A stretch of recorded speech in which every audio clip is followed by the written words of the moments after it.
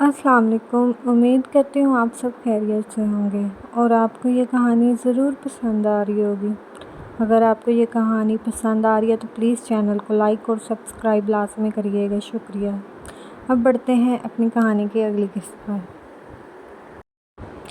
کہتے ہیں کہ جب بازی پلٹتی ہے تو بادشاہ بھی ایک پل میں مہرہ بن جاتا ہے۔ میرب کے کمرے میں جیسے وقت تھم گیا تھا۔ شادی، یہ لفظ سکندر ہاؤس کی ان دیواروں سے ٹکرا کر گونج رہا تھا جہاں کبھی صرف زاویہ سکندر کا حکم چلتا تھا۔ زاویہ کا چہرہ غصے سے اس حد تک سرخ ہو چکا تھا کہ اس کی آنکھوں میں خون اتر آیا تھا۔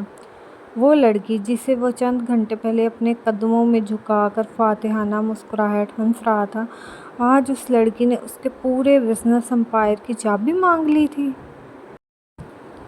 زاویہ نے میز پر پڑی فائل کو ایک زوردار جھٹکے سے ہوا میں اچھال دیا۔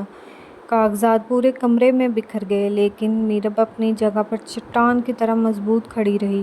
اس کے چہرے پر اب خوف کا نام و نشان تک نہیں تھا، بلکہ ایک فاتحانہ سکون تھا جو زاویہ کو پاگل کر رہا تھا۔ زاویہ میرب کے بالکل قریب آ کر دانت پیستے ہوئے گھراتی آواز میں، میرب شہزاد، تمہاری یہ جرأت! تم نے سوچ بھی کیسے لیا کہ میں زاویہ سکندر، ایک معمولی جاب کرنے والی مڈل کلاس لڑکی کو اپنے نام کے ساتھ جوڑوں گا؟ تم سکندر خاندان کی بہو بننے کے خواب دیکھ رہی ہو؟ میں تمہیں اسی وقت اس دنیا سے مٹا سکتا ہوں۔ میرب بغیر پلکیں جھپکائے اس کی آنکھوں میں دیکھتے ہوئے سرد لہجے میں، مٹا دو زاویہ سکندر، لیکن یاد رکھنا، اگر میں کل صبح تک اس گھر سے صحیح سلامت باہر نہ نکلی یا میرے وکیل کو میری خیریت کی کال نہ گئی تو وہ اصل دستاویزات سیدھے کورٹ اور میڈیا کے پاس پہنچ جائیں گے۔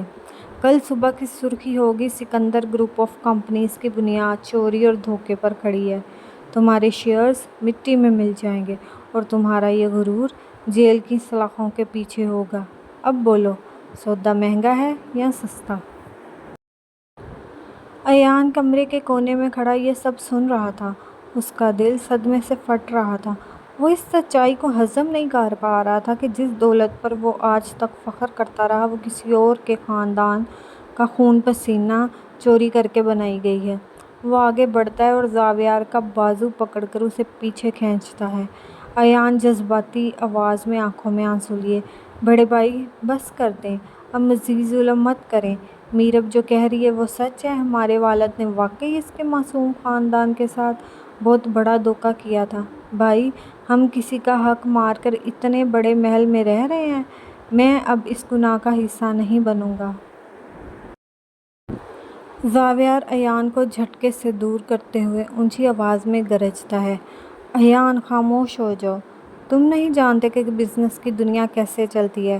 میں نے اس امپائر کو دن رات ایک کر کر کے یہاں تک پہنچایا اور میں کسی تیسرے درجے کی لڑکی کی بلیک میلنگ میں آ کر اپنا سب کچھ برباد نہیں ہونے دے سکتا۔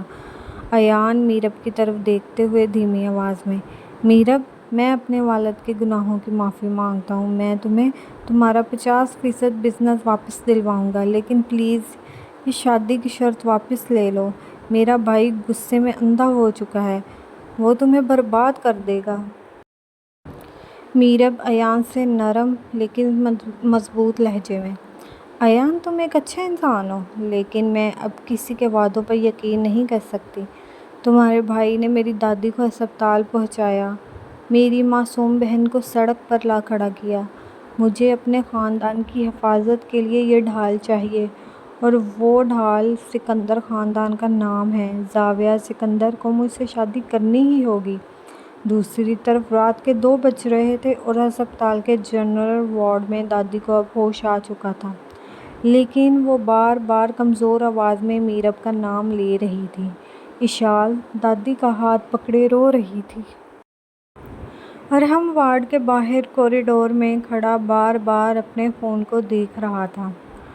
اس کا خون کھول رہا تھا کیونکہ وہ جانتا تھا کہ میرب اس وقت سکندر ہاؤس میں کس جہنم کا سامنا کر رہی ہوگی۔ ارحم نے غصے میں ہسپتال کی دیوار پر مکہ مارا۔ وہ خود کو بے بس محسوس کر رہا تھا کیونکہ اس شہر کا قانون اور پولیس بھی سکندر خاندان کی جیب میں تھی۔ اس نے فیصلہ کر لیا تھا، اگر کل صبح تک میرب واپس نہ آئی تو وہ اکیلا ہی سکندر ہاؤس کے گیٹ پر جا کر کھڑا ہو جائے گا، چاہے اس کے لیے اسے اپنی جان ہی کیوں نہ دینی پڑے۔ سکندر ہاؤس کے اسی کمرے میں اب خاموشی چھا چکی تھی۔ زاویار کافی دیر تک کمرے میں چکر کاٹتا رہا۔ اس کا دباؤ صاف نظر آ رہا تھا کیونکہ وہ جانتا تھا کہ میرب نے اسے چاروں طرف سے گھیر لیا ہے۔ وہ ایک گہرا سانس لیتا ہے، اپنے کوٹ کو سیدھا کرتا ہے اور میرب کے بالکل سامنے آ کر کھڑا ہو جاتا ہے۔ اس کی آنکھوں میں اب غصے کی جگہ ایک گہرا اور وحشیانہ عزم تھا۔ زاویار بہت دھیمی اور زہریلی آواز میں، ٹھیک ہے میرب شہزاد، تمہیں سکندر خاندان کا نام چاہیے ہے نا؟ تمہیں اس گھر کی قانونی مالکن بننا ہے تو میں تمہاری یہ شرط منظور کرتا ہوں۔ میں تم سے شادی کرنے کے لیے تیار ہوں۔ سمیر، مولوی صاحب اور نکاح کے کاغذات کا انتظام کرو۔ نکاح ابھی اور اسی وقت ہوگا، اس سے پہلے کہ کل صبح کا سورج نکلے۔ میرب تھوڑا چونک کر لیکن خود کو سنبھالتے ہوئے، ابھی نہیں، نکاح ایسے نہیں ہوگا۔ میری دادی اور میری بہن کا یہاں ہونا ضروری ہے، اور میری ایک شرط اور ہے کہ شادی کے فوراً بعد 50% شیئرز میرے نام ٹرانسفر کیے جائیں۔ زاویار ایک بھیانک مسکراہٹ کے ساتھ میرب کے چہرے کے قریب جھکتے ہوئے، شرطیں صرف ایک بار مانی جاتی ہیں میرب، تم نے شادی کا کہا، میں مان گیا۔ اب اگر تم نے ابھی نکاح کے کاغذات پر دستخط نہیں کیے تو میں اپنی کمپنی کو سڑک پر لانے کے لیے تیار ہوں، لیکن تمہاری دادی کا علاج اسی سیکنڈ بند ہو جائے گا۔ اب دستخط کرو ورنہ کھیل ختم۔ رات کے 3 بج رہے تھے۔ سکندر ہاؤس کے وائٹ لاؤنج میں صرف چند گواہ اور مولوی صاحب موجود تھے۔ ماحول میں ایک عجیب سا تناؤ تھا۔ میرب کے ہاتھ میں قلم تھا، اس کی آنکھوں سے ایک آنسو نکل کر نکاح نامے کے کاغذ پر گرا۔ اس نے اپنی زندگی کا سب سے بڑا جوا کھیلا تھا، ایک ایسے انسان کے ساتھ جو اس سے شدید نفرت کرتا تھا۔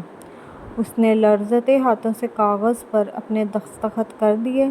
جیسے ہی مولوی صاحب نے نکاح مکمل کیا، زاویار آرام سے کھڑا ہوا اور اس نے میرب کا ہاتھ پوری طاقت سے مروڑ کر اسے اپنے قریب کیا۔